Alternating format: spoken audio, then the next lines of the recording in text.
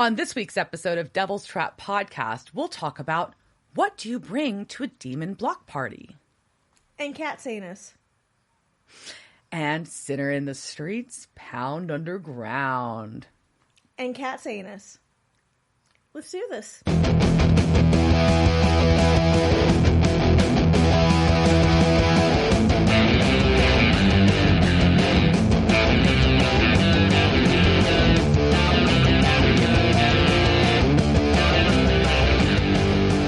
Welcome to this week's episode of Devil's Trap Podcast. I'm Diana. I'm Liz. And we're going to talk about Season 5, Episode 3, Free to Be You and Me. What a great title. Yeah, so, hey, we've, been releasing episodes, but we're back together actually on the same continent now, kind of. So here we go. We are exactly on the same continent. Well, we are on the same continent. That is accurate, for sure. For sure. Geographically accurate, yes. You're correct. But yeah, so how have you been? I am recovering from a great adventure through the United Kingdom, and really just through a specific parts of the United Kingdom. I went to Scotland, went to Edinburgh, and to Glasgow, and then went down to Blackpool, England. Yep. And look at Blackpool, England. Actually, it's a really fun town. Kind of shitty, kind of lovely. But so I did some spooky things that I think people would like to hear about. I think the highlight of the spookiness was the visit to the South Bridge Vaults. And so the South Bridge Vaults are in Edinburgh, and they are underneath Cowgate. And so there's a couple of different places of underground ventures you can do in Edinburgh. Some of them are touristy and fine. There are only a few tours that go through them. And they were right underneath this punk rock bar that I went into that we almost got into a bar fight at. Like you do. And I was unaware that underneath this were these vaults. And the woman who was leading the tour, who was faking a terrible Scottish accent, we think she was from, a Norwegian, maybe a Norwegian accent or an Eastern European. I don't know. We couldn't tell because, there was the fake accent on top of the other accent. And yeah, but she, was going off about, and you go in, right? And they have this whole room and it's set up like a coven. Right, and they're like, this is where the actual source coven of the Blue Dragon was. And make it sound like all mystical and old. And then you realize, that happened in the 80s. And I'm like, oh, okay, so that's not as spooky as, during the 1800s, there was a coven down here. The 1980s, not the 1780s. Yeah. Yeah, I mean, lots of shitty things happened down there. It was a place where basically, as a poor person, homeless person and homeless families would go rent spaces on the floor, but there's no light or anything in there. It's really kind of toxic, and it smells very unhealthy. But so there's all these different rooms in there, and we go so there's one that's set up and has the altar on it, and very Wiccan. And then you go to another one, and there's a circle, and she's just saying basically it's a circle of evil, and that the coven stopped practicing in that circle because there was too many malevolent spirits in it. And then she says nobody dares to jump in the circle. Then I jumped in the circle. Well, technically Kelly jumped in the circle first, then my other friend jumped in the circle, then I jumped in the circle, and then I think I may have done a little dance of evil in the circle. Maybe. So then we just kept joking every time something bad happened, it was because of the circle. But I'm circle. I feed off of the evil. And so we go to another room. You're like Colin Robinson, but different. Yeah, with red hair. Not a creepy baby Colin Robinson. No. So we go to this other chamber in the vault, and she's telling this story. I think she's talking about witches or something, and just talking about how dark it gets in there. And she turns off her light, and there's 20 of us in that room, and she has us all in very specific places. Then she pops up in front of me and like flips the flashlight on in my face and just kind of like tries to do a jump scare. Did you punch her? I didn't. I just kind of looked at her. I was like, okay. And this is like, why did you pick me? Like, this is, of all the people in this circle, like, I may have just like poked you in the eye and been like, hey. So I would have died. My day would have been ruined, just so you know. Yeah. No, it was fine. I was still basking in my evil glow. So that one was really cool. Then in Blackpool, I did get my palm read again. And I got my palm read by Leonora Petalengro.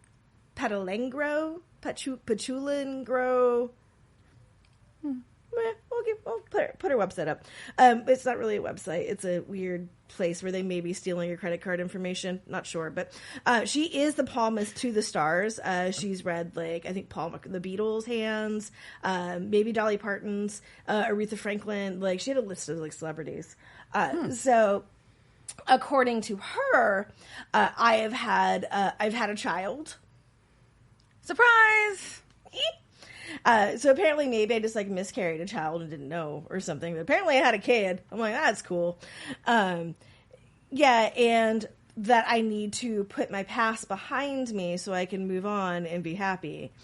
And I walked out and Kelly's like, is that what she told you? And I was like, yeah. And he's like, how much was that? I was like, $20. He's like, I pay my therapist $150 like an hour to tell me that. I'm like, yeah, just go get your palm read. And I'm like, oh yeah, that makes sense. I should put my past behind me and move on. But still, it was really cool to meet her. It was nice to get a different reading done. Blackpool also has a spiritualist church, which I was just like, was like walking past it. It was like, what? And guess what it's called? I got an immediate text on that one, I think. Of course you did. Guess what it's called? What? Albert Road. Ooh. I know. And for those of you who don't know, like we're obsessed with Upper and Lower Albert. That's out by High. Ooh. Yeah, synchronicity at its finest. But we have crafted in our own mind a whole street war between Upper and Lower Albert, Texas. It's real. They really do. Like there really is like there was a whole thing about a family, whatever. But yeah, so Albert Road Spiritualist Church. They really have mediums there. Like it was very cool to actually see one in person. And the last cool thing that I did, spooky wise, on our last night, we went back all the way back up through Scotland to fly out, and we went to the Witchery for dinner. It was so beautiful. There's like we ate in the main dining room, and there's just like carvings everywhere. There was a dark lord behind me, like watching me as I ate my food. It was great. There was also the tattoo was going on, which is the military marching things that they do in Scotland, and so like people like all these military. There's a parade of some kind. Yeah, so all of these military groups from all over the world were there, and so you could see them in the window as we're eating, like walking down the street. It was really cool. And then we went and had like after dinner cocktails in the secret garden. And I did request that if any witches wanted to come back with me, because that was the site of many witches who were executed. That's where they were killed at, or something like that. So I asked if any of them wanted to come back to the States. I haven't seen any evidence yet, but you never know. Yeah, maybe they're just hanging out and taking a read on things before they show themselves. So that was my trip in a nutshell. Lots of other stories that I'm sure will come out one day. But as everybody knows right now, travel sucks. And even if you're like a traveler like me who is, I'm used to this shit, like it's not good right now, guys. It's rough, pretty horrible. So don't be a dick. Don't be a dick. Just keep that in mind. Like when you're plan for your plane to get canceled, plan for just strikes in people working the railroad, just plan for things to be shitty, and then you'll lower your expectations and you'll be fine. Yeah, I mean, hell, I had that it was just a stupid weather thing on a quick trip that I was on, because I had the dumbest flight ever. 10 minutes. I was flying from Houston to Dallas, and I was 10 minutes from landing in Dallas, and they're like, so there's a weather situation and we don't have enough fuel to circle, so we're going to fly to Austin. So I landed in Austin, sat there for 20 minutes, and then we took off again and flew to Dallas. I was like, this makes no sense. We just made a triangle. But okay. I'm glad we didn't run out of fuel in the air. Yep. Things make no sense right now. It's all I'm not the pilot, and I'm not the flight control people, so... Okay. I keep hearing weather. Yeah. That's because I don't have to give you a voucher if it's weather. I know. I'm kidding. It's not a conspiracy. No, thank you, Delta, for my 7,500 miles. Thanks. Oh. That's nice. So what's going on with you? We've been just hanging. Like I said, I had a quick trip for work down to Houston, but other than that, it's been we do a couple really fucking rad concerts, and I alluded to them I think last time we recorded. But Amigo the Devil and the Devil Makes Three. No, I lied. Amigo the Devil and Murder by Death. I was going to say Devils Make 4? 5? No, there is a band called Devil Makes Three, we went and saw Amigo the Devil with Murder by Death, and Amigo the Devil was fucking phenomenal. It's like murder ballad, like goth folk, I don't know, whatever you want to call it. It's rad. Strong recommend if you get a chance to see him. It's just a really great show, super fun, and that was really awesome. And then the one I'm super excited about is we went and saw our friends, the Vandaliers. I'm repping their shirt with my jackalope being ridden by a Grim Reaper tonight. I think that's our jackalope tattoo. Diana and I are going to get a jackalope tattoo, and I think that's it. Yeah. Yeah? Okay. Yeah. I'm in. So, yeah, we went to the show in Dallas. It was their album release and their hometown show, and it was just a bunch of people we know and love, a bunch of music we adore. One of the offshoot bands from Turnpike Troubadours was one of the openers. It's RC and the Ambers. Fucking great. Mallory Eagle is from Oklahoma, singer-songwriter. She's fucking great. And the Vandaliers just kicked fucking ass. And it was super duper duper fun. Party time. Needed Saturday to rest all day to recover kind of show. It was cool. Awesome. And then we popped out. Some other friends of ours were doing a tour of Deep Ellum where they played. So Deep Ellum, if you don't know, is the entertainment district in Dallas. And they played 4 venues in 4 nights in Deep Ellum. And it's a joke off something the old 97s did many years ago. And we were like, we hadn't made it to any. We were like, well, we got to do the finale. So we did. And it was cool. But we were out on a Sunday, and that made me sleepy. Yep, that was, you went out on a work day.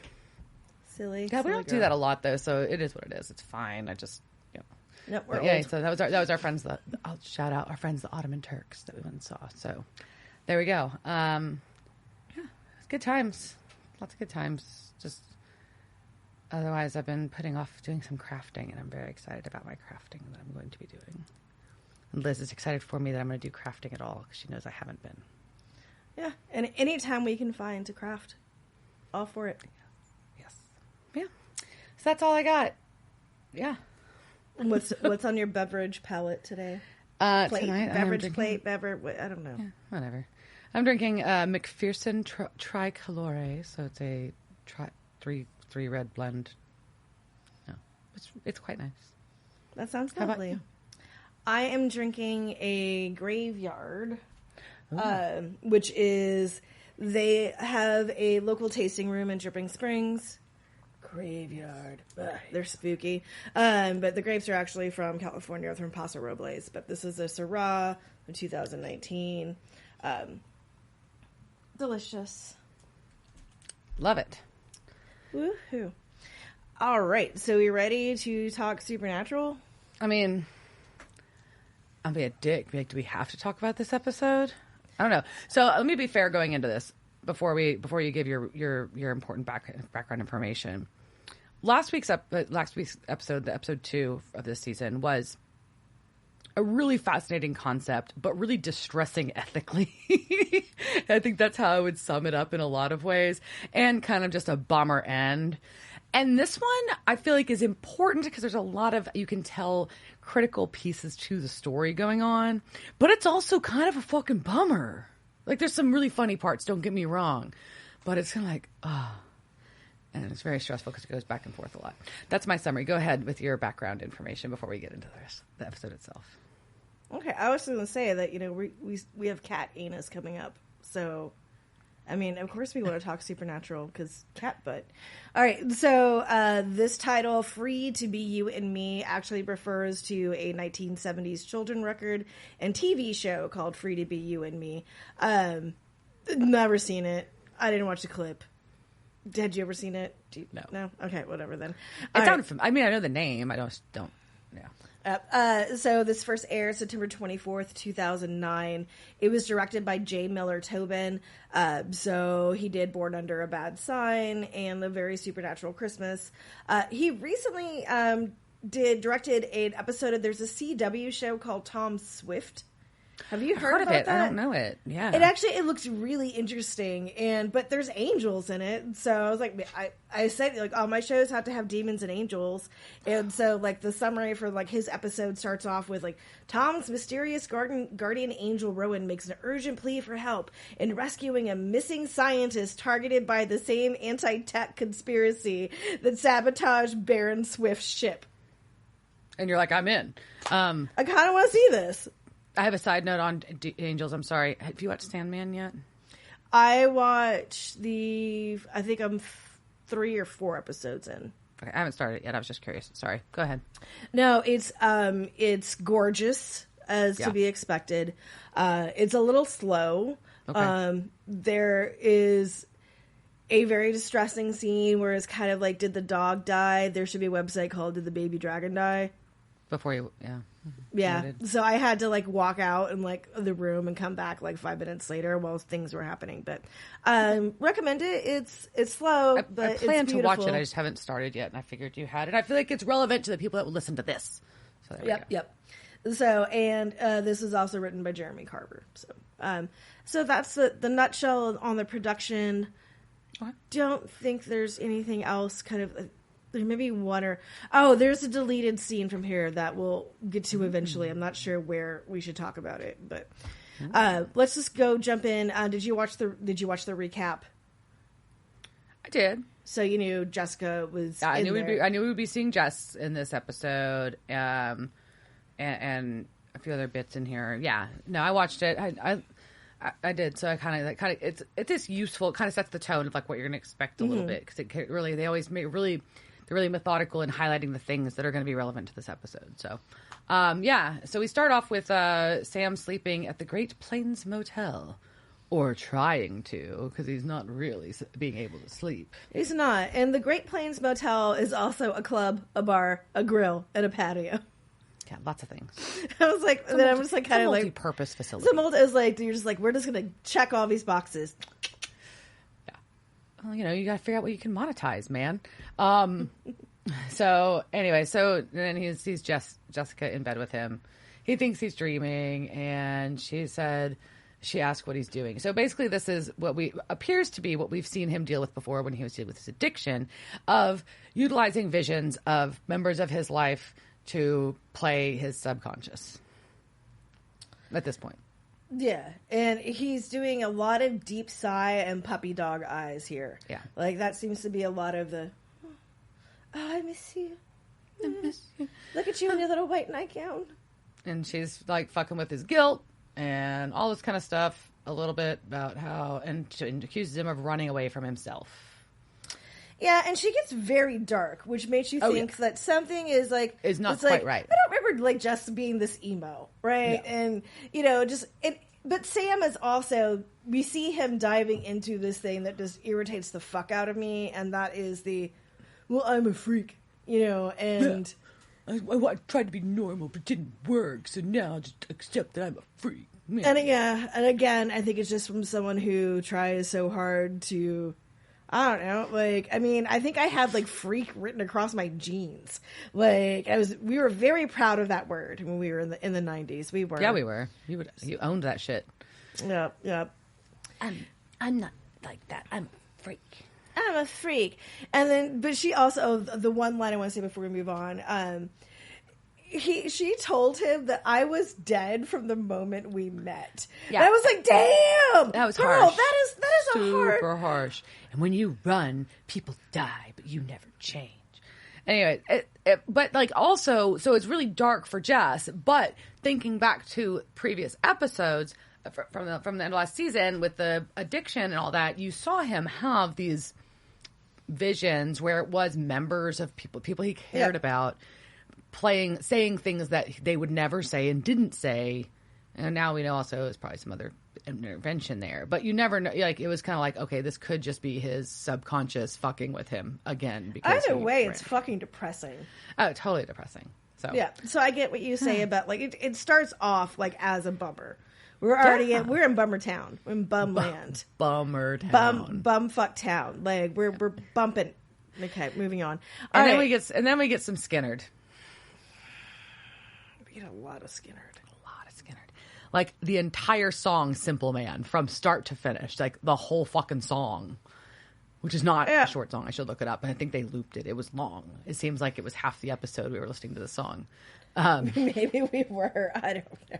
Felt like it. And it's 1 week earlier. That's the Evil Circle's problem for me now, is I had to listen to Skinnerd over and over again. And no, I mean, like, I don't hate Skinnerd, but good Lord. I don't hate Skinnerd. I hate Skinnerd fans. And I've been around enough Skinnerd fans that now I also just associate it with them. There's bands I dislike because I don't like their audience, and it makes me not like the band. So I understand that completely. Yep. I won't name them because I will gain enemies. Simple Man by Leonard Skinnerd's playing, and basically we have a series back and forth of just shot of Sam by himself, shot of Dean doing stuff by himself, shot of Sam doing stuff by himself, shot of Dean doing stuff by himself, including. Sam shows up at this hotel. Dean is at a hospital, at Taft Memorial Hospital in Pennsylvania, with a knife in his waistband of his suit. We've got Sam burning all of his IDs and credit cards. Meh. Well, also, would that even work? Like, if I'm going to destroy some IDs, I don't think lighter fluid on plastic is... How long would it have to take for those to melt? Like, I would... Just cut them up. There's better ways. Throw them out. Also, I feel like you spent a lot of time making those fake IDs or buying them. Well, and he's like, what, is he going to adopt this one? Is he just adopting one identity and going to live in that fucking motel forever? This seems like a very, like, not well thought out plan. No, this is rash. I don't agree. But, so we know Dean is also going against, I just want to say this word, exsanguinated. Oh, yeah. He's going to talk to... he introduces himself as Detective Bill Buckner, which was an MLB player, by the way. And, thankfully, Supernatural Wiki told me that, because I'm like, what band is Bill Buckner in? And then I was like, oh, sports ball. Which is kind of a good throwback to now the brothers are separated, and he's got a baseball theme, which ties back to their other brother that was separated from them, who went to the baseball game with John. Anyways, that's probably a stretch. I don't know if somebody thought that out, but I thought of it. We'll run with it. Very insightful, Diana. Very insightful. So, Dean's asking this coroner about exsanguinated patients. It's such a fun word. Isn't it a good word? Right? It is. And so we know Dean's working a job. Sam gets a job at a bar. And Dean kills a vampire and says, "Eat it, Twilight," which I did. Yeah, if you're going to have a snappy line as you're murdering somebody, it's a good one. It's a good one. But then we compare, but they do a really good job on this. I know I bitched a little bit about like the back and forth. The first couple like cuts back and forth, you don't like really see, like, it's not totally synced up. But this point is where you really kind of see it sync up, because Dean stabs a vampire using a knife. Sam is slicing lemons with a knife. And then you've got Dean stabbing with blood splatter everywhere, while Sam's got lemon juice in his face. And so that was really a well done aspect of comparing and contrasting what they were doing. While they both involved knives, but dramatically different outcomes. The editing on it was fantastic. I really like that. Yeah. So, and then, we got Dean trunk and Sam getting checked out by the chick thirsty that works bartender. At the bar. Yep. Yeah. And Sam washing the bar top, and Dean washing Baby, and washing blood off of Baby, which was disturbing. I'm like, oh, that's gonna ruin the paint. Have you washed blood off of Duchess yet? No. Okay, well, you don't know. Oh, Duchess is still in the shop.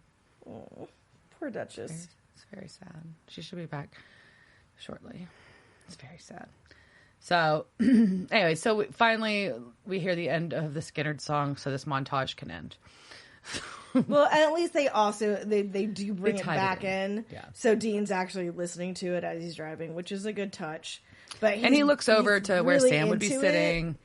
Yeah, but he looks over to where Sam would be sitting and Looks sad. Do you think, like, he wanted to jam with Sam? Like, be like, I'm a simple man. And he's like, oh. I'm simple. Yeah, that whole thing. Yeah. I probably, but then he realized he was by himself. Yep. It's fun to jam out by yourself sometimes, but it's more fun to jam out with somebody sometimes. They have their moments. All right. So now Dean is back at his hotel, his motel that he's at in Pennsylvania, and Cass shows up and startles Dean pretty bad. And apparently he's like, how the fuck did you find me? 'Cause you're not supposed to be able to find me now. And apparently Bobby told Castiel where Dean was. And when he flaps in, oh, so close to Dean. Oh, so close. Yeah, because he's an angel and he's not aware of human things like personal space. So sure, that's why they ask. They're gonna kiss. You see it. They're like right now, like face to face. They're so about to make out. I don't understand why. Anyways, never mind. Doesn't matter. Because now that I'm to make me now crazy. What? Never. I didn't actually animate a GIF like having Destiel fly up. Oh, I saw a screenshot. I didn't set that as the thumbnail for the first episode that we're putting onto YouTube. No, I never. Anyhow, so Dean tells Cass that he broke up with Sam. Yeah, they're on separate vacations, and Dean just really wants his necklace back. But Castiel's like, I haven't. How does this not sound like a gay man's fight? I'm sorry. Like, me and my boyfriend just broke up. We're on separate vacations. Please, can I have my necklace back now? Because Sam's not his boyfriend; it's his brother. Number one. I just know I've been in an apartment where this fight has happened. Oh my gosh. Anyway, okay, sorry. Moving on. Castiel's still looking for God, and but in the meantime, he needs help with something else, and they need to find the archangel that killed Castiel, Raphael, and this is where we start our Teenage Mutant Ninja Turtle jokes. Teenage Mutant Ninja Angel. Yeah. Did you have a favorite Ninja Turtle? Rachel. Was that her name? I don't know. I liked her, and I liked the rat. Okay. I really wasn't Splinter was the rat. Yeah, Splinter was the rat. And what was her name? I blanked on it. I could have told you otherwise. Damn it. I feel like she's a Rachel or a Megan or an Amy or well, I was a some white girl name. Fan. I'm like Jennifer. I was Sarah, a Donatello Melissa. fan. I was a Donatello fan because he had the purple. Is that why you like the purple, or did you like him because he had the purple? I liked him because he had the purple. And he had a bow, which I thought was a really cool weapon. It's a big fucking stick and you hit people with it. See, I think I also missed, like, I'm a couple years older than you. So I think Ninja Turtles was just after my time. So I really, like, they weren't part of my cartoon rotation. That's fair. I also had, there's a bunch of boys around my age in my neighborhood. And I think that probably also impacted it. Well, I was like April O'Neil was her April. Name, See, I told you. But yeah, I mean, I was like He-Man, G.I. Joe. I still like boy stuff. It was just earlier, and then yeah. All right. So anyway, sorry, derailed by Teenage Mutant Ninja Angel. It happens. Yeah, like you do. And basically, Castiel heard that Raphael's on Earth, and so we need to trap and interrogate an archangel because that sounds easy. It does. We also learned that when Cass boops somebody, they get constipated. Yes, because he's about to boop Dean, so they can go to Maine, where Raphael has been spotted, apparently. And Dean informs us that he didn't poop for a week last time he got booped. Well, I think it's also kind of like, the travel shy, like pooping, like, when you go on vacation, sometimes you don't poop for the first couple of days. Yeah. Yeah, I don't know, that's though. It, I think it's like different. Multiplied. No. Maybe so. But also, with the way Dean drinks and eats, he probably has no problems with that. All right, so we're going to go back to the bar. And we learned that Sam has a new name. Yeah, he's going by Keith. Ew. Sorry if your name is Keith. It's also like a weird. So here's my thing too. Like, I get it's easier to guess if it's closer to your actual name, but also doesn't it just seem easier to more naturally react if it's close to your actual name? Also, who gives a shit? Like, you're in a small town in Oklahoma. Like, just use Sam. They're not gonna piece it together. Yeah, use Sam. Like, maybe change your last name. Like, whatever. But no one fucking knows. No. And waitress, bartender chick, Lindsay, as we learn her name is, basically is calling Sam, a.k.a. Keith, out for being smarter than he's letting on because he did a crossword puzzle. Oh, and he did the New York Times Saturday crossword puzzle, which is not the hard one. Sunday is the hard one. Yeah, I was going to say, I was like, Saturday's not one. the hard one. Yeah, yeah, Saturday's the one that usually has, like, and I haven't done them in forever, but they're the ones that used to have, like, the fun anagram or whatever that was in the middle. Like, you had to guess, like, what the theme was. And I always like that because it's like a Wordle, right? Like, I have clues. I can figure stuff out. But, yeah. Yeah, I thought Sunday was the difficult one, so it was weird. Also, Oklahoma. So, I mean, he could, like, Small town Oklahoma. I'm pretty sure she was like, you did Sudoku. Like, you're a fucking genius. So she wants to bet on darts, and if she wins, that she gets to hear his life story. And so he's like, sure, and throws a bunch of bullseyes. Yeah. And that only makes her want him more. He is mysterioso and also unattainable. Yeah. So, I mean, as all women know, well, one, he's hot. So you have this hot man who clearly has a mysterious past that he's not telling you. Yeah. And he's the smartest person in your small town. And probably the best looking that has, like, come through, like, Oklahoma in a while. Like, this looks like a small town, and Lindsay probably doesn't have a lot of options. Yeah. So, and then we hear on the news in the background that there's lightning, hail, and fires, and some places looking at mandatory evacuations. And the bartender makes a reference to the end of the world, which makes Sam very concerned face. Very concerned face. But you knew that was happening, Sam. Like, this is not news. Very concerned. You started the apocalypse. The apocalypse you started is happening, motherfucker. What? Oh my God. No, there was, and also, it's Oklahoma, right? So they said, fair, they have weird weather and fires anyways. That's what I said. They have hail and fire. I'm like, yeah, it's Oklahoma. Like, if they're not getting hit with like a dozen tornadoes and like cows shitting fire, like it's just a normal day. Like, yeah. So we cut back to good old Dean and Castiel in Maine. And they are at the sheriff's office where apparently this deputy saw the archangel. So they want to ask this deputy, like, hey, where the fuck's this guy that became an archangel? And he tells them a crazy story. He really, really does. Now, to be fair, also, before he tells the crazy story, Castiel does a terrible job at being undercover with Dean. Yes, they're playing FBI. Dean introduces himself as a character from Midnight Run, and so he was he said the name of the FBI agent in there, which was Alonzo Mosley, and that Cass was Eddie Moscone, which is a bail bondsman in the same movie.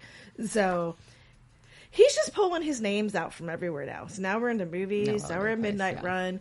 But yes, Cass like trying to flash his badge, and like Dean just being like, ugh. It was really good physical comedy though in that scene in their entrance. It was good physical comedy. I don't think that Dean does a great job of thinking on his feet. You know, so like when Cass is saying awkward things, like and the sheriff is like, what's causing it? And Cass is like, well, it's angels and demons probably.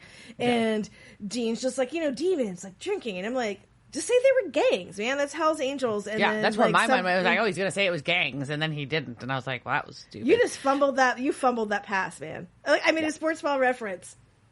Whoa. And I think I did it right. I said it right. That's insane. You did. That evil circle's paying off. All right. So, there was this crazy gas explosion. Yeah, at the gas station mechanic shop thing. And he said it was just like the whole place was leveled. It was just awful. Like, it sounds like a whole lot of people did. And then there's one guy just kneeling without a scratch on him. He happens to be a local mechanic that worked there named Donnie Finnegan. I fit a man, but Finnegan, whatever. Okay. But like Dean's like, well, clearly this guy's gone, right? And he was like, no, he's at the hospital. He's at the hospital, right down the road. So they go to the hospital to go visit Donnie, and Donnie is not well. Yeah, he looks like he's taking a little mental vacation in his wheelchair. He's just chilling out there, He is not there. But also, it looks very quiet and peaceful. Whatever he's doing, he looks fine.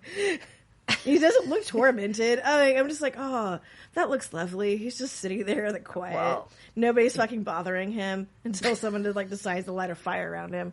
But apparently he is now an empty vessel. And Dean asks if that will be him if Michael jumps his bones. And Dean tells him, oh no, Michael is more powerful. It will be much worse. Again, see, jumping bones. There's just a whole gay soap opera right in the back of this. I'll cut that one out. Okay, so so that's gonna be worse. And then we cut to Sam. I know we don't want to do a bunch of back and forth, but this one I think is important. So we cut to Sam, and he's got his laptop open to the Worldwide Archive Library. Oh. I was just like, who came up with this? Like the worst title ever. Like, oh, so yeah, I'm going to go through the database of the Worldwide Archive Library and to go find it. But and it's on a page of the Book of Revelation, right? And I'm like, Don't you just have a Bible? Like, why are you looking at the old, unless you're in a motel in Oklahoma, there's fucking a Bible in there. There's probably 3 Bibles in there because all of them came by. So you've got the Gideon, you've got the Mormon, and then there's probably a 3rd Bible of just that Esther came by, and Esther is like, you gotta put this in here, and they're like, sure, Esther. So there's plenty of other, maybe you're looking for a specific passage in that very specific book, but it's weird. Yeah. But we do, go ahead. But we've got, he is reading this, and then he pulls out his phone, and he's scrolling through his contacts on his flip phone like you do, and stops on Dean, and then scrolls back and calls Bobby. So we get to see Bobby. Yay, Bobby. But Bobby's in a wheelchair, and he's sad. He's so crabby. In a wheelchair. But he's telling Bobby about the Revelation omens that he's seeing where he's at in Oklahoma, which are hail, fire, and then blood. Yeah, we also learned that the Oklahoma he's in is Garber, which I actually didn't look up if it was a real place. It doesn't sound like a great place if it is. Not shitting on Garber, Oklahoma. I'm sure you guys are fantastic. All right. So the omens he sees, and he's like, all right, listen to this.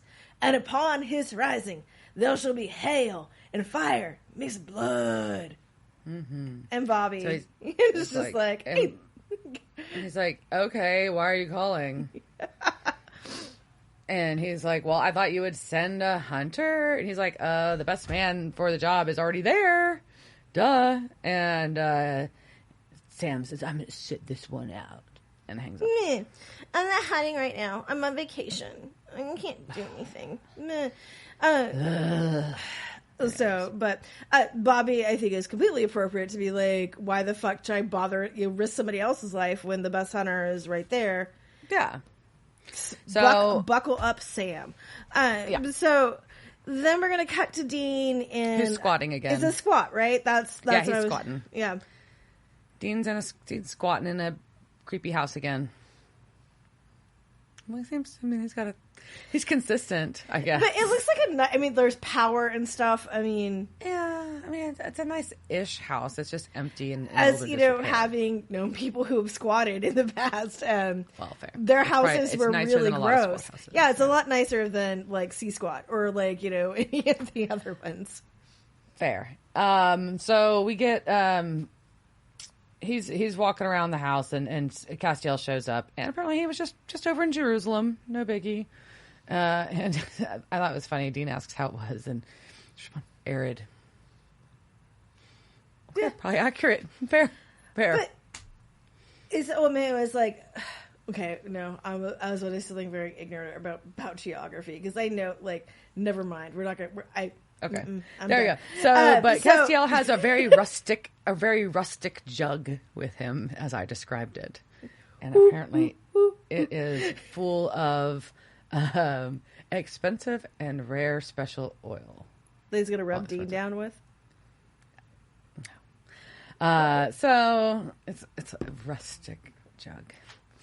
Well, it sounds like it's artisanal. It's artisanal oil, and so he had to go all the way to Jerusalem to go to this farmer's market to pick it up. There's just hipster guy, like the Jerusalem version. Just some random hipster dude that happens to be in Jerusalem, has nothing to do with any religious background at all. I'm sure Jerusalem is full of hipsters. I'm quite sure there are hipsters there. So Dean basically is just like, hey, like asking like Cass how hard this is going to be, and like, will this be harder than catching a hurricane in a butterfly net? And Cass is just like, well, I mean, like, you'll survive. I won't, but you'll be fine. Right. And this is when Dean's like, but wait, this is going to be your last night on Earth. What do you want to do? And Castiel has nothing to say. So Dean tries to kind of pry out of him things he hasn't done and maybe wants to experience, and figures out that Castiel is a virgin. And Dean can't allow him to die a virgin. Now, I have problems with this because we know that this vessel is not a virgin, because he has a child and a wife. Mm-hmm. So your problem is that is Castiel now the vessel at this point? Like, has this, because of how they left it and his family left and they just decided this was it for safety and went away, is this body now actually Castiel's, or does it still belong to this human? Is it still Jimmy Novak's? Yeah. I mean, he was resurrected into Jimmy Novak's form. Whether or not Jimmy Novak is still in there, I don't think so. I think Jimmy Novak is in heaven, as we saw like during the other one.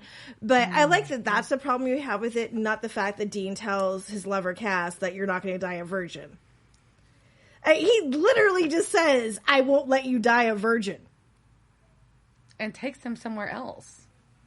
Maybe it's a backup plan. I don't know. He also says that Bert and Ernie are gay. And it's one of the two things he knows for certain. And I'm like, that is a random fact for you to be very certain about. Alrighty then. Yeah. But we're going to go back to Oklahoma before we get to figure out where they're going. Yeah. And somebody is calling out Sam's name. He's trying to ignore it. And this is the problem when you name yourself something else. It is. Yep. See, that's the thing. So they make up some dumb story about his middle name being Sam. So his name is Keith Sam, which is does not flow. So it is dumb. But we figure out that. So basically these guys are Keith looking for Samuel was fine. I thought it's fine. I don't know why people are so like upset about it. They make a big deal about it. And I was like, well, Keith Samuel, I mean, it's whatever. It's not like Randy Johnson or something, right? Like it's... Apologize if your name is Randy Johnson. It's not like some like weird like dirty combination or something. Yeah, it's like it doesn't flow, but okay. It's not dicks on butts. So apparently, obviously these are hunters that are looking for Sam, and they call themselves hunting buddies. That's our big cue that we know this, and they're playing along because they realize that Sam is hiding who he is. So, as a hunter too, right? I mean, this just to me, these guys take up aliases all the time. It just seems like this would be natural, and they do kind of play this off well. I mean, these are hunting buddies. My father in Oklahoma is probably a pretty good alibi. The fact that Lindsay is shocked by someone being a hunter in Oklahoma, that's weird. Yes. It's like, what do you...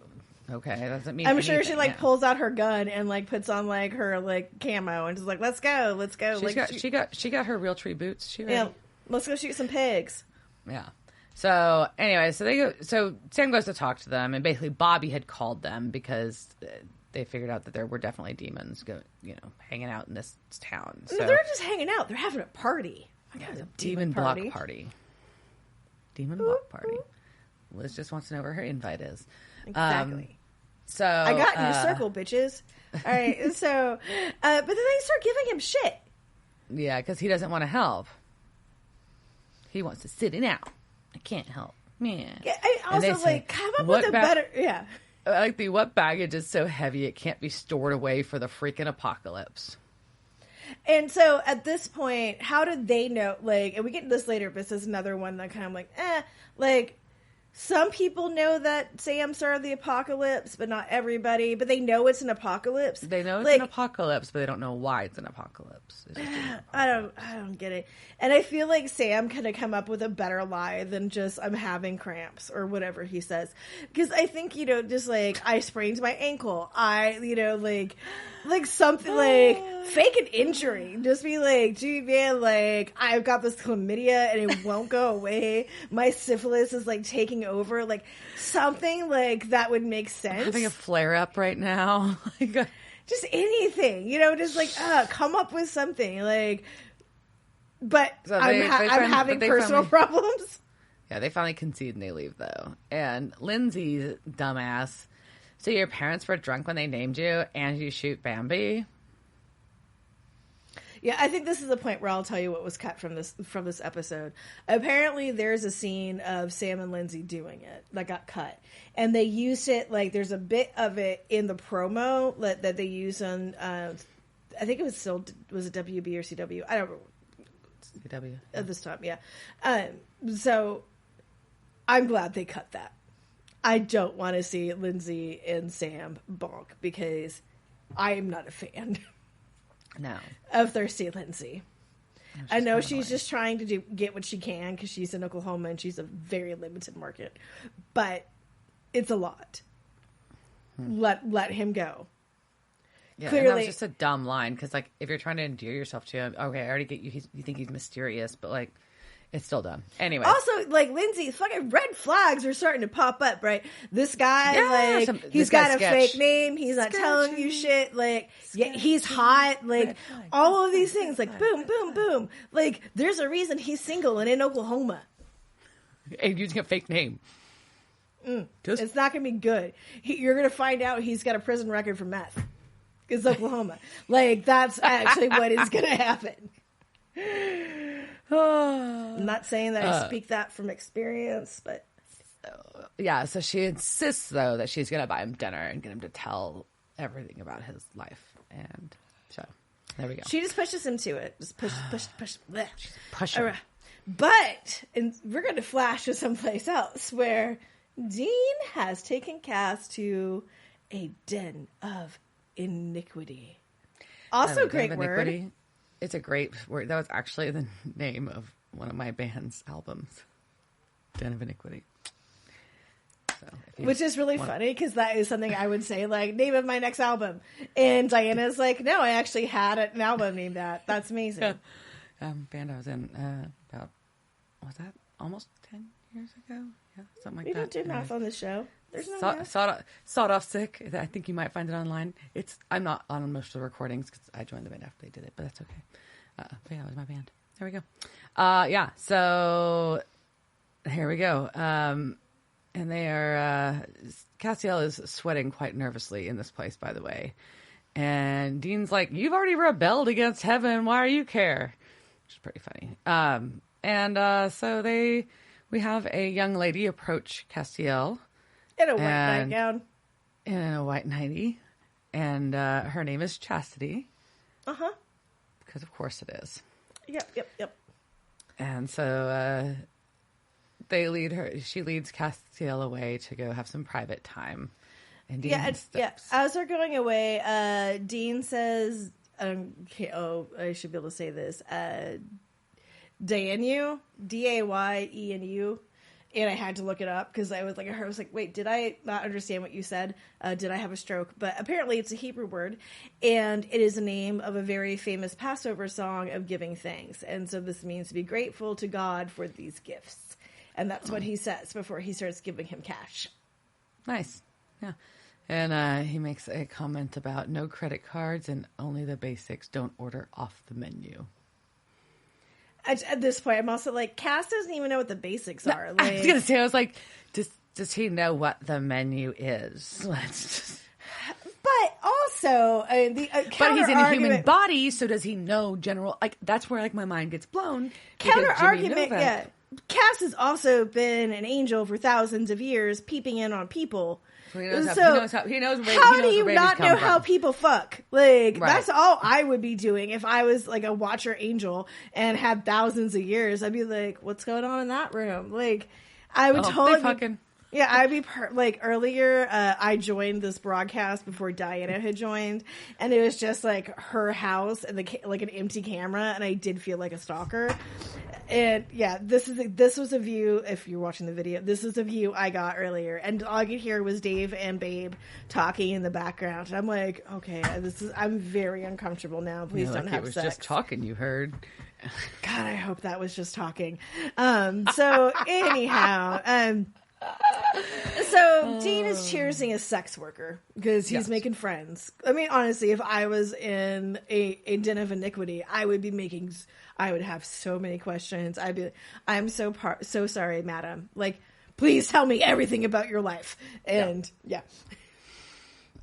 So then we hear screaming from the back. Where Castiel had left to, and at first you're like, did he order off the menu? Oh, well, Dean knows that is not what is going down because he just knows. So he runs back there, and she is cursing at Chastity is cursing out Castiel, throwing money back at him, and yelling at Dean, and runs off. And Dean asks Castiel what he did.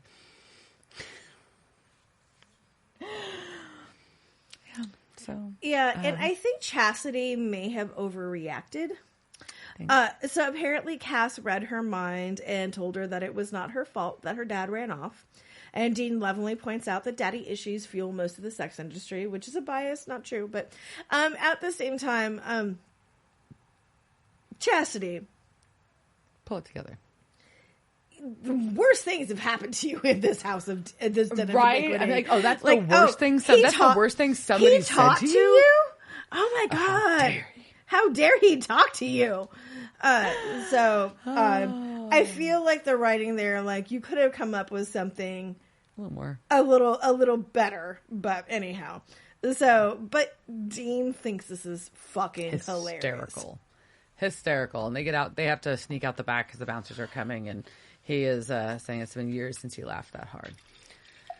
So we cut to to Sam, a.k.a. Keith, on a date with Lindsay. Ugh. And she obviously doesn't believe that those were hunting buddies. And so he's trying to play it off that they were in the same business. And she wants to know about it, but he's doing a pretty good job of kind of like changing the subject.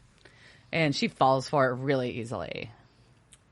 Yep, she thinks he was like in WITSEC and that he was in the mafia, and that's working for her. She's like, oh, I love this bad boy. Oh, he did something. And then she's like, hey, what were you addicted to? I'm like, what the fuck, Lindsay? Like, back the fuck off. Like, you pull out... What are you in recovery for? This is my first date question. You're like, what the fuck? This is a lot, Thirsty Lindsay. Like, you need to step back a little bit, because... any man or woman or whatever person you have gone too far. That's a lot. You've pushed too much. We're going to call this an overstep. It's an overstep. And Sam's just trying to play it off. I know it's because, like he's trying to be nice and cover up his shit. But at the same time, I'd be like, the date's over. Yeah. See you. I'll see you at work, and it's going to be awkward. She pulls out her sobriety coin, and they make a reference to how they both work at bars and how weird that is or whatever. But, and she's trying to give him the pep talk about being in recovery, about no one's ever done anything so bad they can't be forgiven or changed.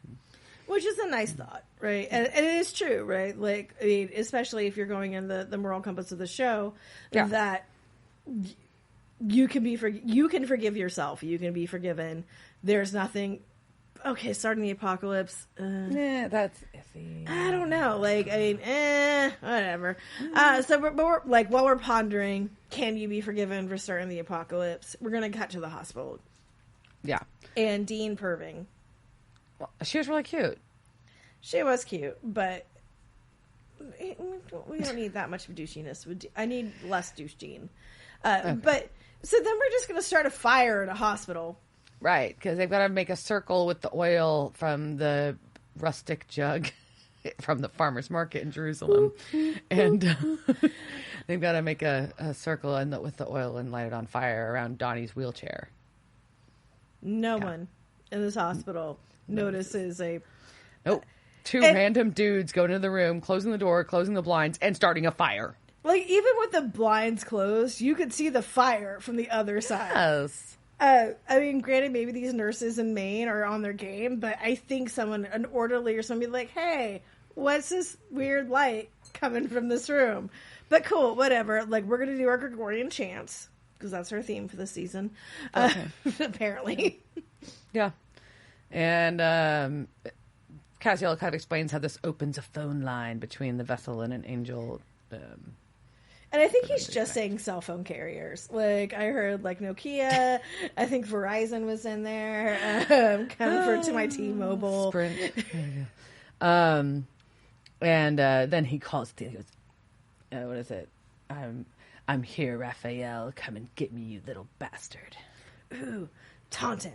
Taunt that Raphael, Cass. Oh. Get him. And so Dean's like, how long is this going to take? And then they leave. Because I guess it's kind of abrupt. I'm just like, this part, you're like, wait, what happened? Yeah, I feel like something. I feel like something is cut here, right? So like, yeah, they go back. They cut to the house, and apparently that was all day. So they just had this fire burning in a circle all day. Yeah. And nothing happened. So then they go back to the house, and then guess who's there? The Teenage Mutant Ninja Angel. Yeah, Raphael's there. And there's lightning in the house, too. It's kind of cool. Awesome. Yeah, cool. Not safe. No, I mean, I don't cool. want it in my house. I'm just saying. Yeah. Cool. And then we start getting a dick measuring contest between Dean and Raphael. Yeah. And then they successfully trap Raphael with another circle of oil in an abandoned house that seems like a major fire hazard once again. At least the hospital had like tile. This is going to have like a wood subfloor, if not wood floors. Very dangerous. Strongly recommend against it. Yeah, I mean, also, how is this fire, which apparently is burning very brightly, like not leaping to anything else? Like it's all just staying in this circle. I guess it's magical, but it's that really special oil from that Jerusalem farmers market. I love that special hipster oil. Yeah, I'm sure. Now I had to think of like what the name of it would be. We'll come back to that at some point. We'll figure out what the name of the oil is. Okay. So, but in the taunting back and forth, Raphael is just like, I'm just going to take you to Michael now. I know where you are, and Dee's just like, I've got a beer, like just like I was going to drink my beer, and like fuck you, yeah. And Raphael is talking about how like he's more creative than even Zechariah with the stomach cancer thing and all that. And but they trap Raphael successfully. So Castiel wants to ask Raphael where God is, and Raphael says something pretty dark by the standards of knowing that this is their goal right now, especially, and says that God's dead. Every time I hear that, all I can think of is I think it was Monty Python. Where it's just like everyone, like people knew that God were dead, but no one knew that God was so short.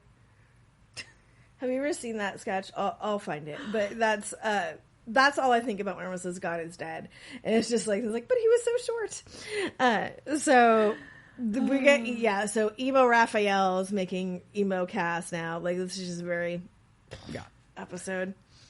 So we cut back to the bar and Sam's hunter buddies have shown up. Well, one of them, especially the main one, who I blanked on, is Tim, the main guy. Tim, yeah. So he shows up and he's pretty beat up.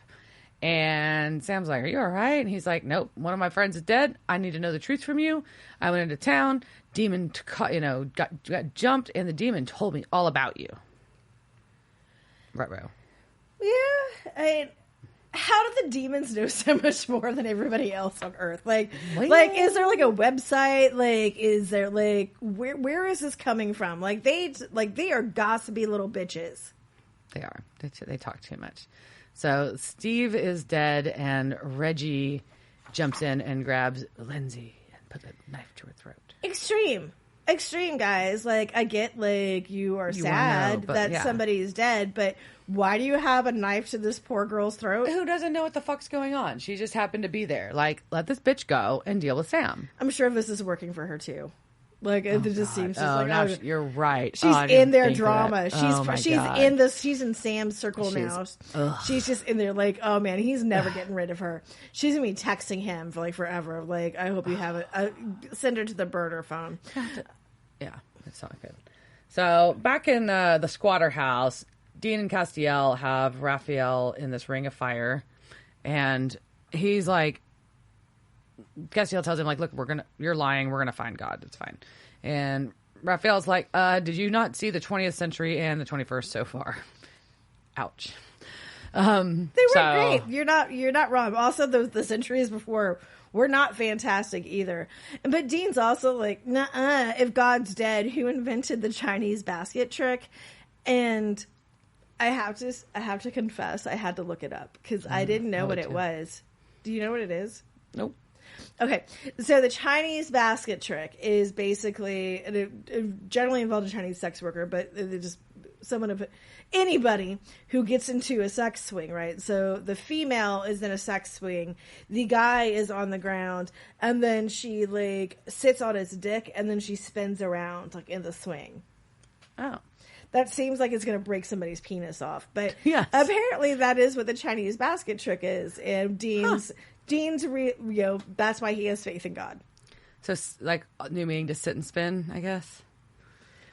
There are many meanings to sit and spin. Yeah. Huh. I don't know how I feel about the information that you just shared with me. All right. So, we'll process that later. All right. Well, okay. But Dean also is totally calling out the angels. He's like, that's some bullshit. Like, you got fucking dad issues, and so you, like, start the apocalypse? Like, what the fuck? So he's calling the angels out for this shit, since the angels are really responsible for leading up to the moment that caused Sam to start the apocalypse. Yep, and Raphael is just showing that they are very entitled little brats who are just like, we're so tired. We just want it to be over. And whatever we want, we get. I'm like, oh, okay, that's a lot of privilege that you've got there. All right, Mr. Angel Face. I guess you are an angel. Yeah, so whatever. All right, so we're going to cut back to Sam again. We're just going back and forth, and I know. Like, yeah. And he's arguing with Tim, just like trying to like get away from having to go through the whole background. And finally he's like, look, will it make you hate me any less or make me hate myself any less? Oh, that was an interesting take on it. But yeah, it's fucking true. Yep. He basically makes him say, like, I started the apocalypse. I was like, do you want to write it like in a chalkboard 1,000 times? Repeatedly, like Bart Simpson style? Yep. And so back to the angels and Dean, where at first I thought Cass was starting to sweat like I am. But then I realized it's because the windows are open, so it's raining. Because I was like, why is an angel sweating? But I guess it's raining and lightning in the house. In the house, which is... I really hope this was like a foreclosure house or something. Water damage. Oh, God. Broken windows now. Now you've got some electrical damage. You got burns on the floor. You're never going to sell this house. Not in this market. So we're going back and forth, and just like, and Cass is like, well, so if God's dead, then who raised me? And Raphael's like, Lucifer. He needs rebellious angels. What do you think? Well, I mean, yeah. I mean, it kind of makes sense. And after something that gets said later, you're like, well, maybe. But it's just like, oh, yeah, like you can't really. That seems reasonable. I mean, either theory could work out at this point. So we have Castiel call him a bitch, and they leave. No, he calls him, today you're my little bitch, which is a little more of a to Raphael, but still, I mean, he's got some good cutting lines in here. But so they're gonna leave, and they just leave Raphael standing in the middle of this burning ring of fire in this house. By the way, just leave him there. So the rain doesn't cut this out. Like I don't know. And then now I have ring of fire stuck in my head. Sorry. So at the bar, we get a very upsetting scene. I was really not a fan. I mean, I get why they did it. I mean, obviously it fits the story, but like it was really upsetting. And because these hunters, Steve's dead. Tim and Reggie decide they're going to force Sam to drink demon blood, calling it go juice, because they want him to hulk out and waste the demons that killed his bestie. Otherwise, they're going to kill Lindsay. So in this fight with the demon, Not only did the demon tell him that he started the apocalypse, he also told him that Sam liked to suck demon blood.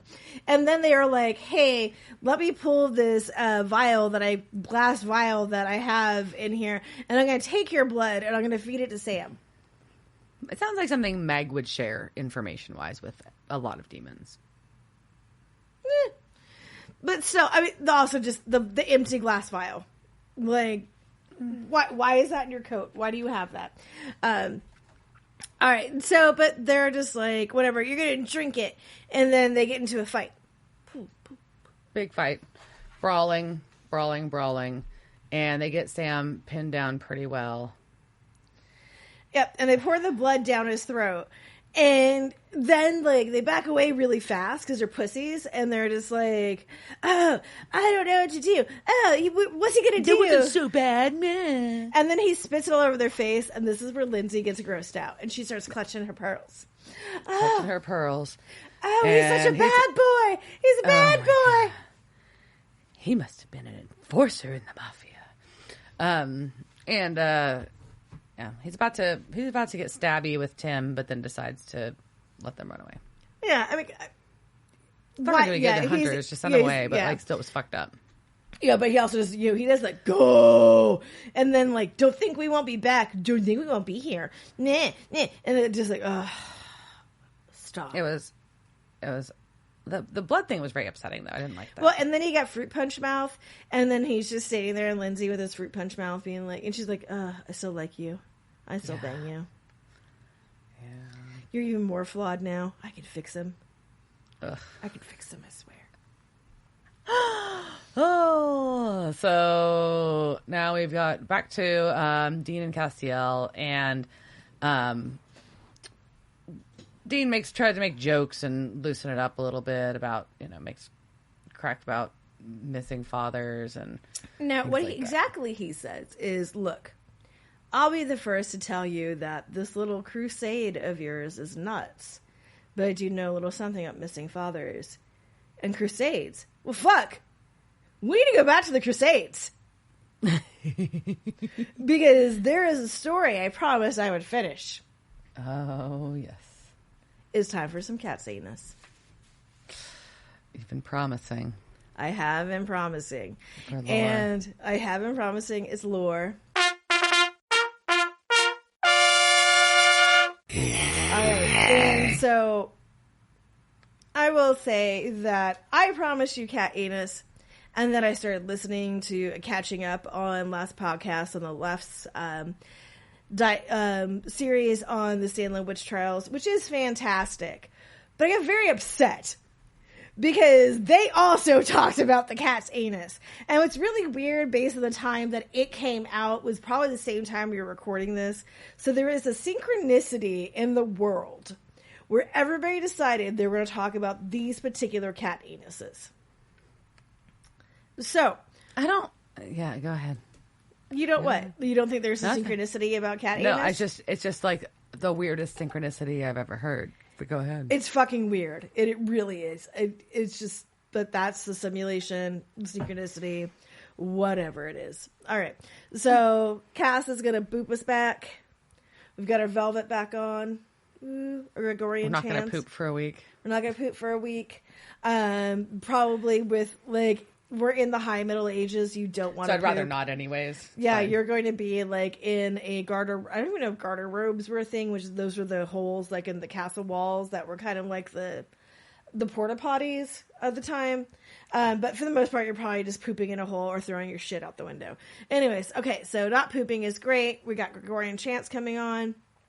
Remember, Elizabeth has died, but now that she's dead, Mr. Konrad has some extra time just to spend on chasing those pesky heretics. So it's 1231, and Pope Greg has condemned the heretics that they be punished by the debt of hatred. So the debt of hatred means that you would be put to death, and all your family and supporters would be excommunicated and also lose their civic rights, including the right to hold office, to make a will, to get an inheritance, or to basically have access to any legal systems. So this is what's happening to once you get accused and condemned, right? And even your children and your children's children are would see a result of this. So not great.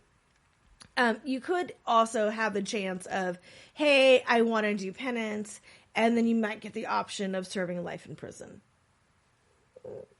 Cool. That's a great trade-off. Appreciate that. Cool. Yeah, so that's coming out of the Catholic Church, but at the same time, the secular courts are also passing laws. So this is happening all over Italy, all over Germany, and other places. So the same basic things are getting put into the civil courts as well as the religious courts. Pope Greg decides that Konrad needs to get the full power of a papal inquisitor. And so this is the first one in Germany to get that. And basically that releases him from the obligation of following procedure. And he just is kind of given the advice of just do your best. I mean, try and stick to, what we said you're supposed to do, like within our laws. But, use your judgment. Right. You know better, right? And, so you can't do this work by yourself. You need to get some assistance, right? Finally, I've been, torturing all these people by myself. Who am I going to get? All right, so he's going to get Konrad Dorso, who is a Dominican lay brother, and a guy named John. I'm sure John has the last name, but I didn't see it. But they do note in many sources that he was one-eyed and one-handed. That's the thing that was repeatedly said, so apparently it's a very important detail. So you have a one-eyed, one-handed guy who is... Flying Purple People Eater? Flying Purple People Eater. No, that's actually who you're going to accuse later. That'll come up. Oh. Both of these men are described as ignorant and fanatical. But they also have just a special ability to determine who is a heretic just by looking at them. And that's not terrifying at all. No, so looking like, and we stake our hand against them. All right, so say you do get accused, right? And they're like, Diana, you are worshiping Satan. So you're not going to get a lawyer or any kind of defense, but you do have the option of confessing your sins instantly or facing the flames. Or you could confess and still face the flames, but you may have a better chance. Anyway, if you do confess, they're going to shave your head. I mean, both of us already have shaved heads, but I think they would take off more. I've thought about it anyways. It's fine. It's fine. Just want to see what that look like. I just know, I will find a weird bump or something that, so I never done the full shaved head. All right. So you do have to show that you're repentant by naming the other people, which is the traditional world of witchcraft. You have to name your friends. Heresy accusations, for sure. You have to have people doing it with you. You weren't doing it alone. You can't do this by yourself. No one worships Satan by themselves, right? It's a group activity. It's a group activity. And so they also, but people are like, hey, John and Caruso, or the other one's name was. I was like, well, what if you're wrong? And so they're quoted as saying, we like to burn 100 innocent people among whom there is one guilty person, which is probably a very sophisticated thing for such ignorant people to say, because that's the flip of the foundation of the Western criminal justice system, right. Which is better that 100 guilty men go free than one innocent man be punished. Wild.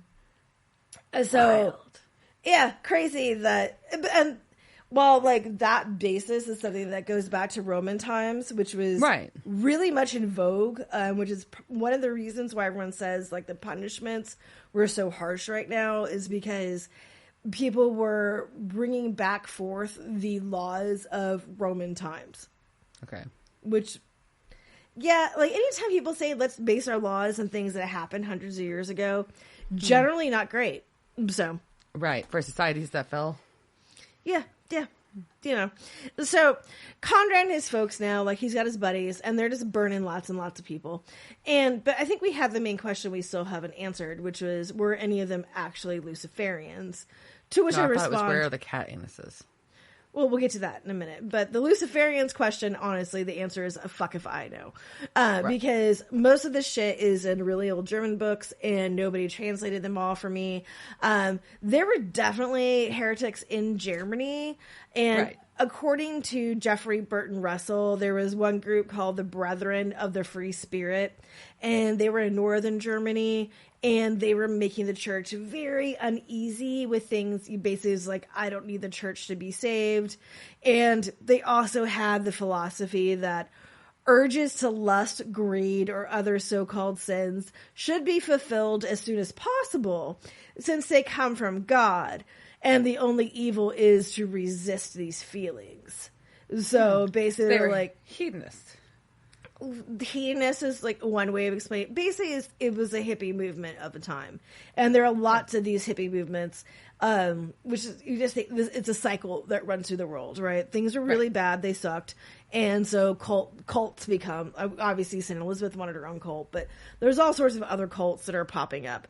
They did have some things that were like questionable. So they thought that, since they came from God, once they were initiated, they were the same as God, and that then they were incapable of sin and all things were permitted.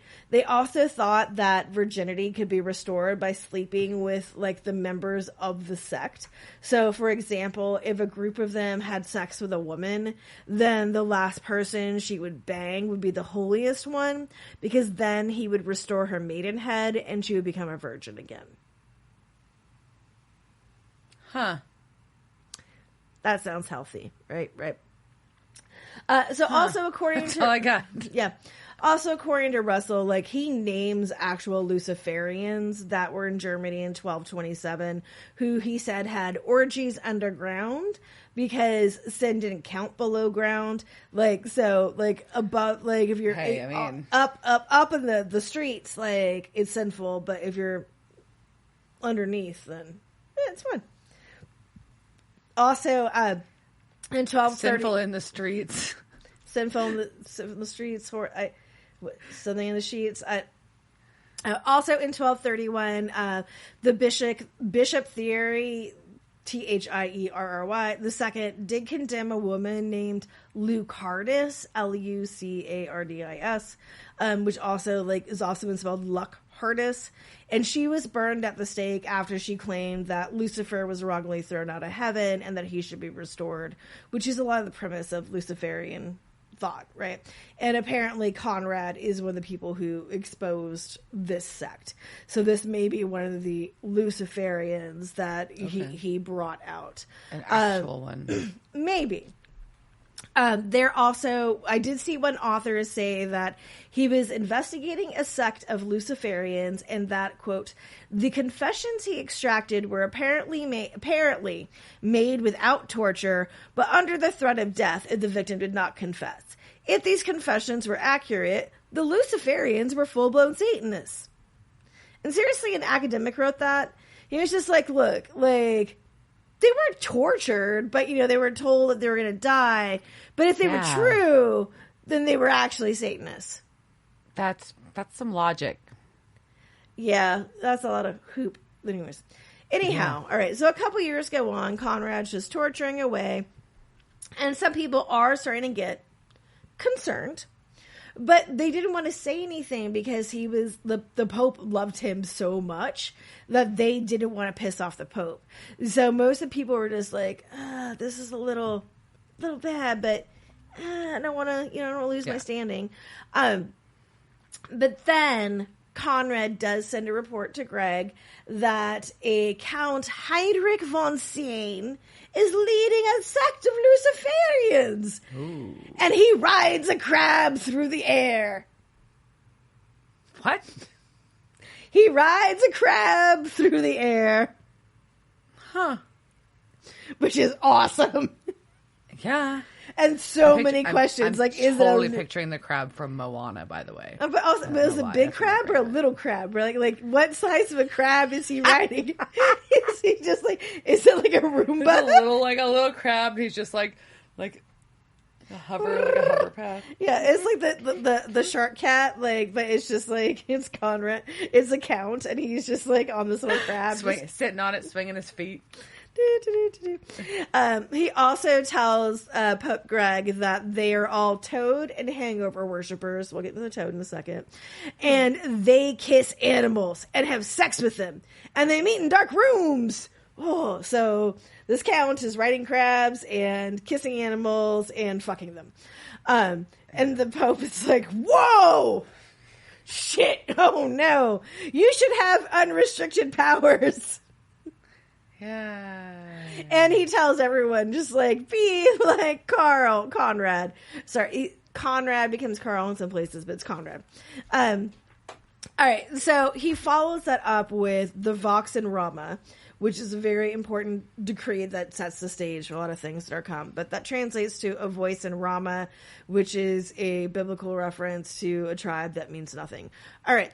So, but now that Greg has told him everything, this papal decree, he tells everybody what happens when you join the Luciferians, because he's got the inside knowledge. So within this very official document, we get to hear what happens when you join the Luciferian sect as a novice, an initiate.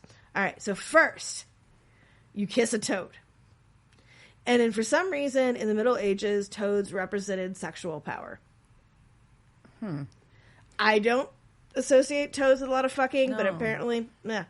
All right. I just think about having to hose my dog's mouth out, because when Kevin puts a frog in his mouth and spits it out, which he's done twice, I have to hose his mouth out because it gets foamy. Yeah. So you get the foamy things because some people do bestow their kiss on his hind parts. So some people kiss the toad's butt. Others on his mouth, sucking the animal's tongue and slaver. I did mean to look up what the fuck a slaver was. I don't know. I don't think I want to know. Sometimes the toad is of normal size, but others it is large as a goose or a duck. Usually it is the size of the mouth of an oven. So I'm picturing like a old like wood burning oven, I guess. Yeah. So it's like a toad this big, right? I mean, would you rather make out with a big toad or a little toad? I mean, I don't want to use a toad, but if I'm going to have to choose between kissing its mouth or its ass, I want it to be as small as possible. I mean, but what if you, like, miss? I don't know. The bigger seems easier to me. I don't know. So after you French the toad, though, then you get to kiss a cold, skinny man with black eyes. And once you do that, all memory of the Catholic faith is wiped from the initiate's mind. So I'm also like, if I kiss a toad and then I kiss a skinny man, my Catholic guilt goes away.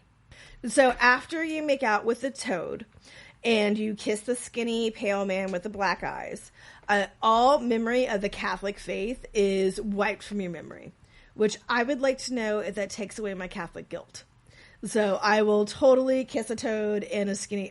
I have kissed many small pale men, so now I just have to kiss the toad. So once I do that, take away my Catholic guilt, we'll be all set. All right, so after you do that, then you eat dinner.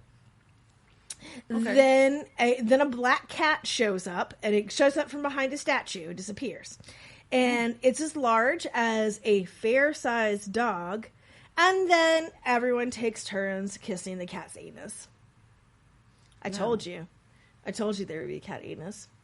No. There it is. Mm-hmm. All right. So after you're done licking the cat butt, then you have an orgy. And and everybody's kissed the cat butt. I don't. And then you make out with each other. You've also you've kissed a toad.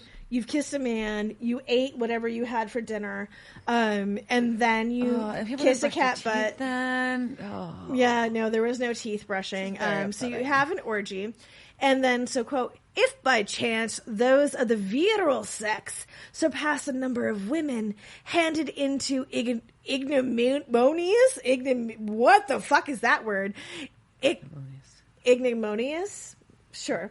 Passions and burning in turn their desires, men commit indecency with men. No. Oh, so everybody fucking is what Everybody fucking. If there's Everybody more fucking. men than women, the men fuck together. each other. If there's more women, the women also bone each other. It's an orgy, right? Like you don't discriminate during an orgy. You just bone, right?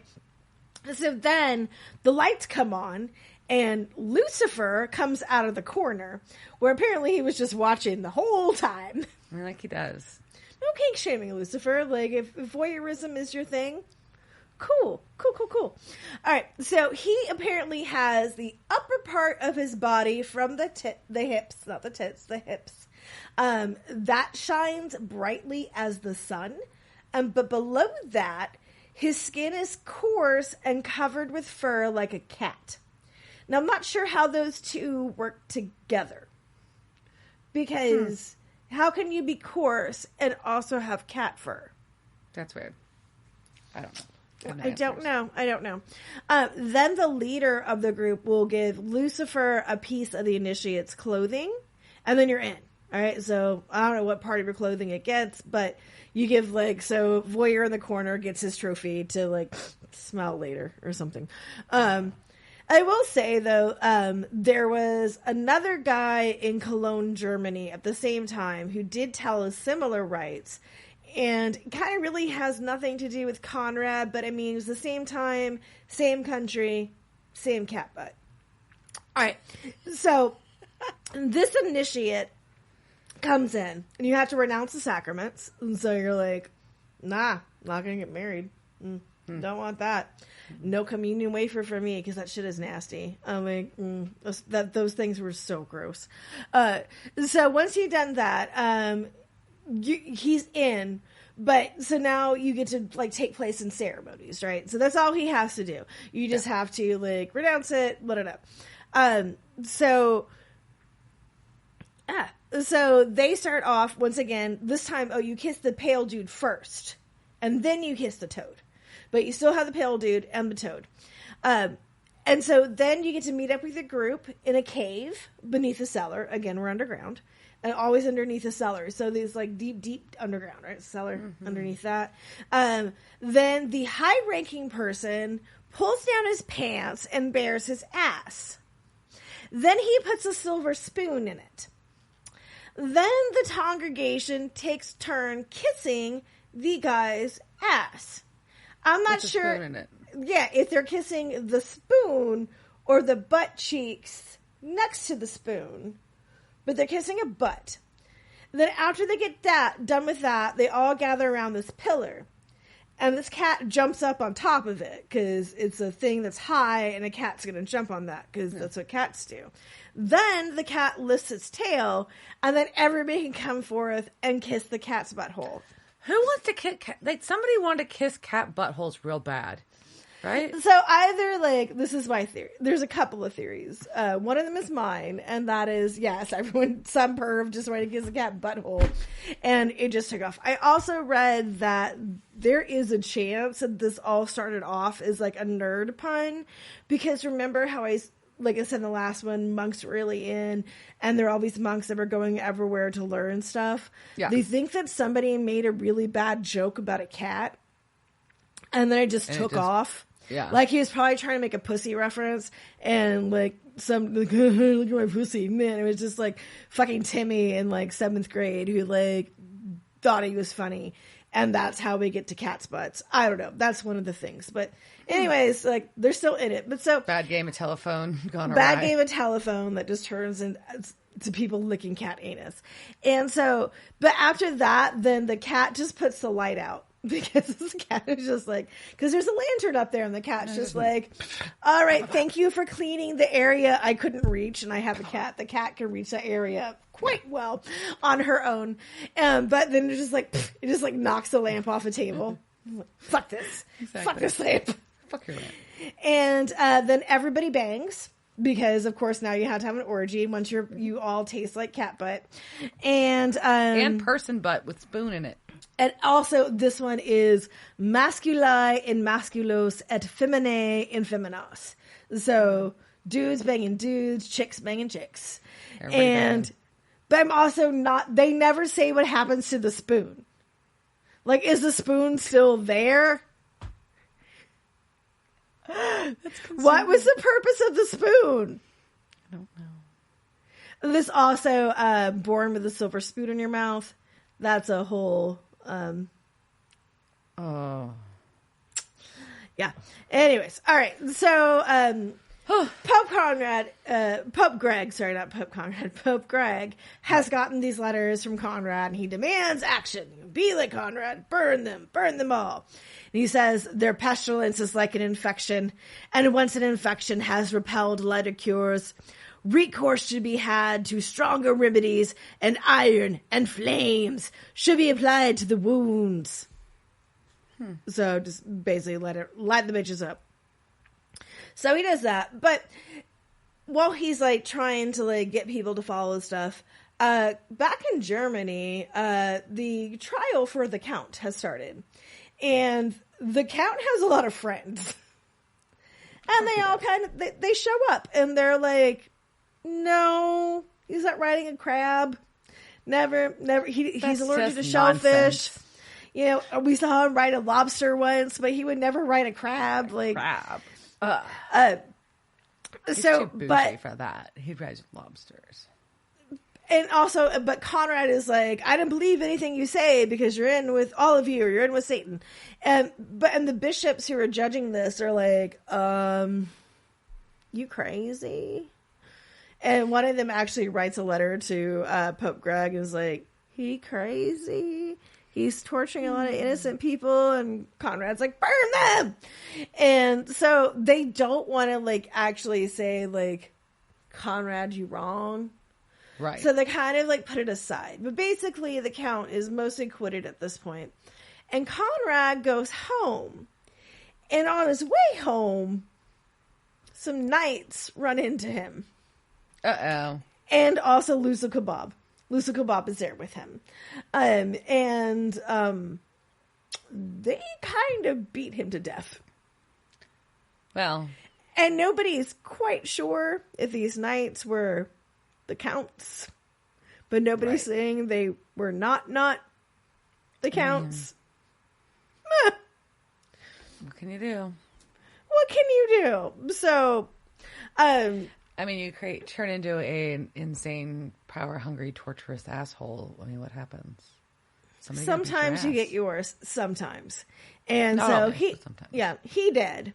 And so is Lusa Kebab. Both of them dead. Konrad does get buried near St. Elizabeth, so he gets that for him. And the trials for the Count and his friends do continue the following year. But shockingly, all the charges are just basically dismissed because Konrad's not there anymore. But Pope Greg, he's the last one who's left, and he's very upset. He's very upset that Konrad was murdered. That was his bestie. He loved him. And he's basically curses Germany. He's like, bah. And he goes on to finish wagering the Stedinger Crusade in northern Germany. And that basically was heretics who, for all accounts, is basically, they didn't want to pay taxes to the bishops. Right. And basically started a revolt against them. And so the bishops asked the Pope to go in on this crusade with him. And he's like, no. And then eventually, I don't know how much the Konrad thing influenced how many more times, he started doing things. But I think it's certainly probably a possibility it did. He does multiple calls for people to join this. And eventually 40,000 crusaders do come. And they wipe out this entire population of peasants, including women and children. Their death tolls end up raging between, somewhere between 4,000 to 11,000 people died during this, but basically just wipe out this entire race of working class. Then after that, because that wasn't shitty enough, right. The next year, in 1234, he decides that, quote, the followers of the Talmud shall remain in a state of political slavery until the day of judgment. So he basically just says, I hate the Jews and they should be in slavery. And a few years later, he orders that all copies of the Talmud be confiscated and burned. That results in, France, there was something like 10,000 versions of editions of the book that were burned. But thankfully, he was old and he doesn't live much longer, so he fucking dies. Thank God. Thanks, Satan. Whatever. He dies in 1241. But sadly, besides all those shitty things he's done, the main thing he's remembered for is he's the reason that people consider black cats unlucky. Fucking cat anuses. Cat anuses. And that is the story of whether or not they're or I guess the question of whether or not there are Luciferians in 13th century Germany. Who knows? Whoa. We got fucking toads and orgies and cat butts and spoons. Isn't history great? Yeah. Fun times. Yeah. So we'll see now that we have Lucifer in the show. Well, but there's a lot of, as I'm going through this, there were certainly parallels between that world and this world, the supernatural world that, could come through, like, especially with the last episode of just, we start accusing everybody's evil, and the black eyes came into it. So, yeah, it's supernatural. Yeah, I say it is. All right, so let's boop. Boop. All right, Back to Dean and Cass. Yeah, so we're somewhere in Maine still. And Dean, they're driving, and Dean's like, they had this conversation about Dean knew in his heart that John was alive when John was still alive, when they were looking for him. And so if he doesn't care what the Ninja Turtle says. If you believe God's out there, then you need to find him. And that's it. So, and then Dean kind of has like a weird thing where he's sharing with Castiel that he's fine without Sam. He's actually had more fun in the last 24 hours than in years. And I'm just, have been tired of being chained to my family and happy to be alone. And so Castiel disappears. But also, I do get this, Dean. Like, I get man, like, I've been watching out for somebody as coming off of a group vacation.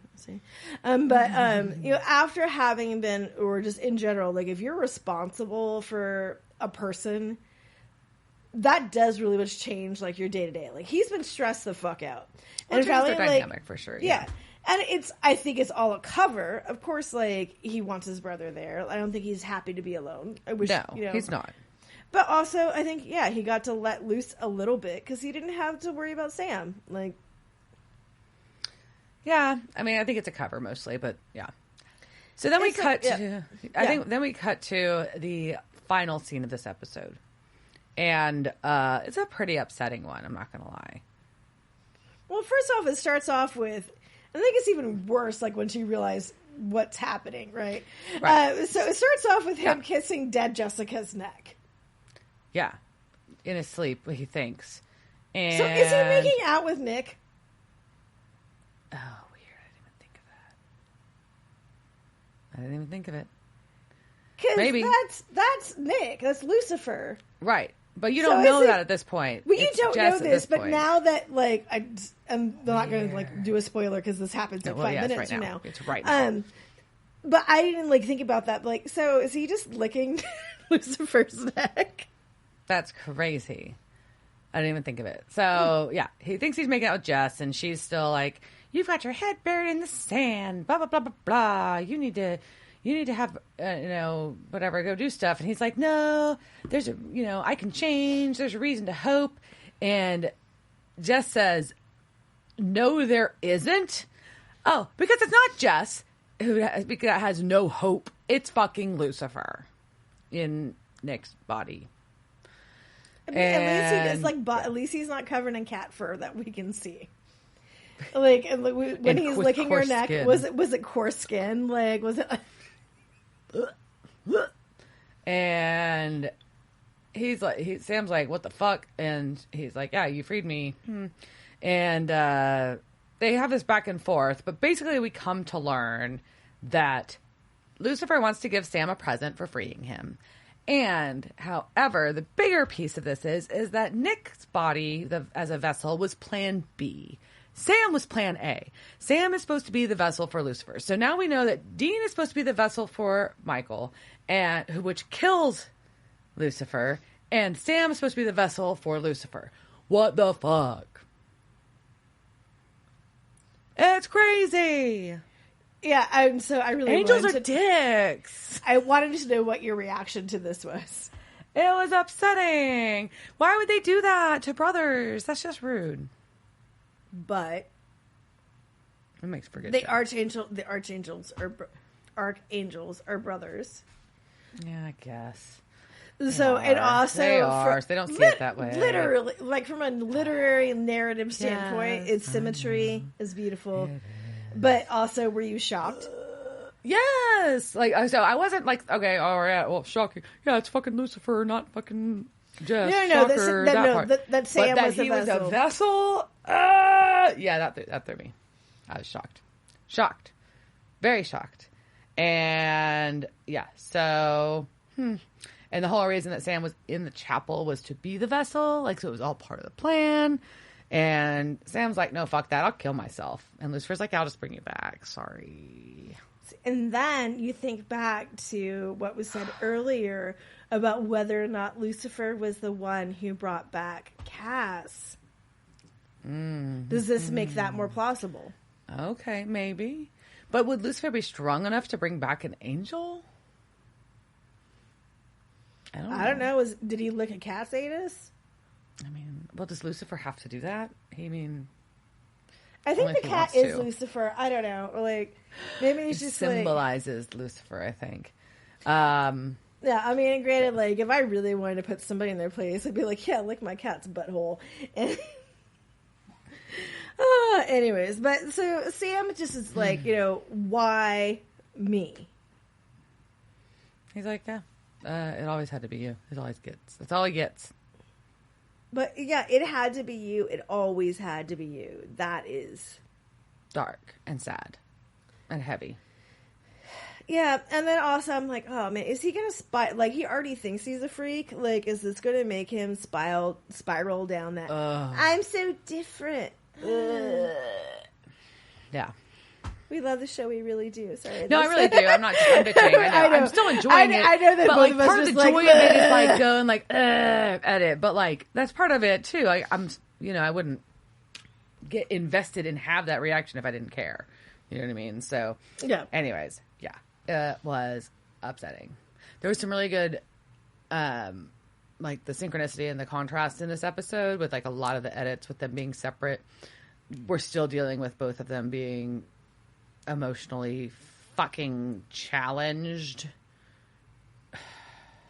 but we did get, like I said at the beginning, even though it's not like it was a little like a bit of like a episode, it also did give us a lot of important, I would assume, story pieces that we needed to have.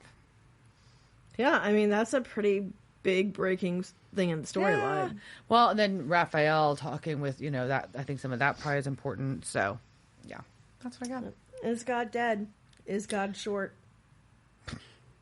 Well, I've got a few casting notes if we want to hit a couple of our members of this episode. Casting call.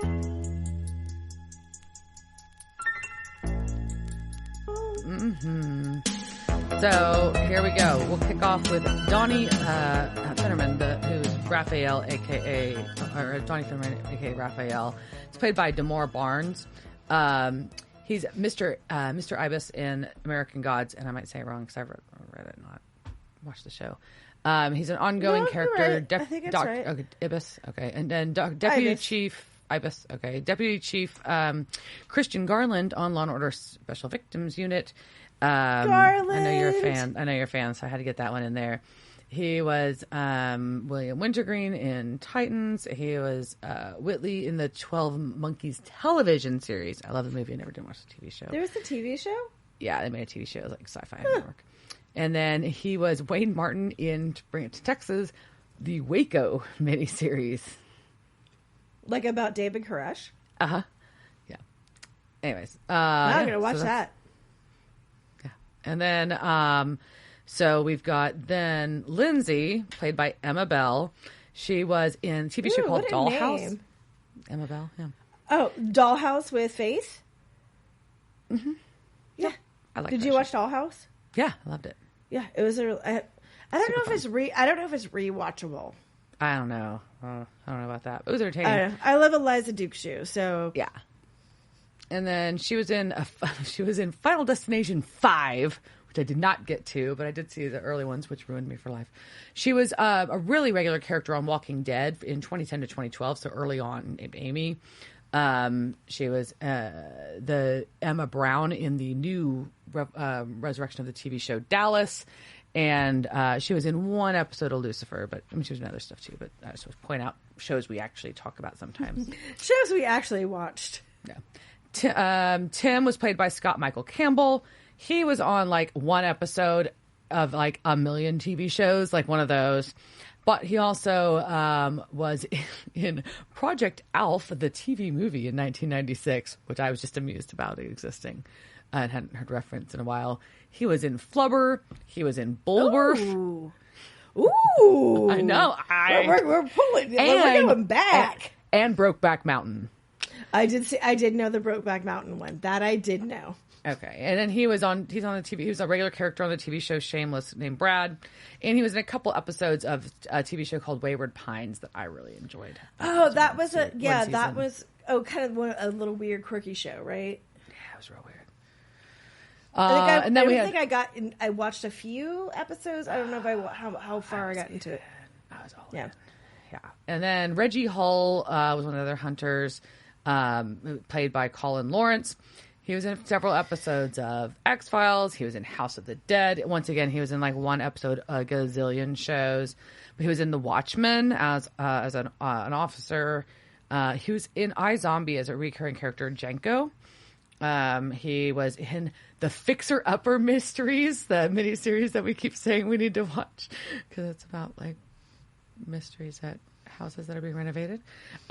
He's actually the show we need to make, not the show we need to watch. The show we need to make.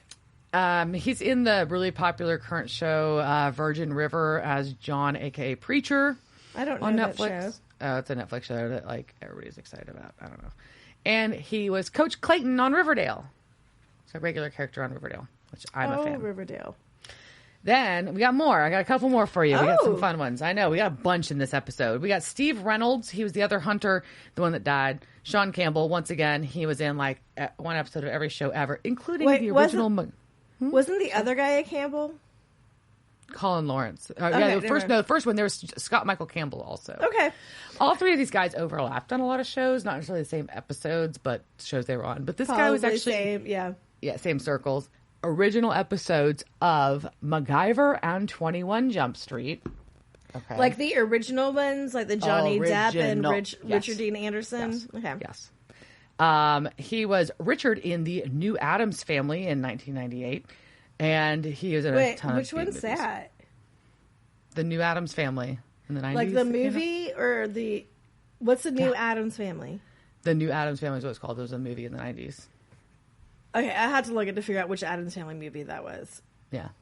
And he was in like bit parts in Sucker Punch, Man of Steel, Big Eyes, and Sonic the Hedgehog. I think I know who he was. Okay, I'll have to look it up to confirm. Okay. And the teeth Sonic the Hedgehog? The new one. Okay.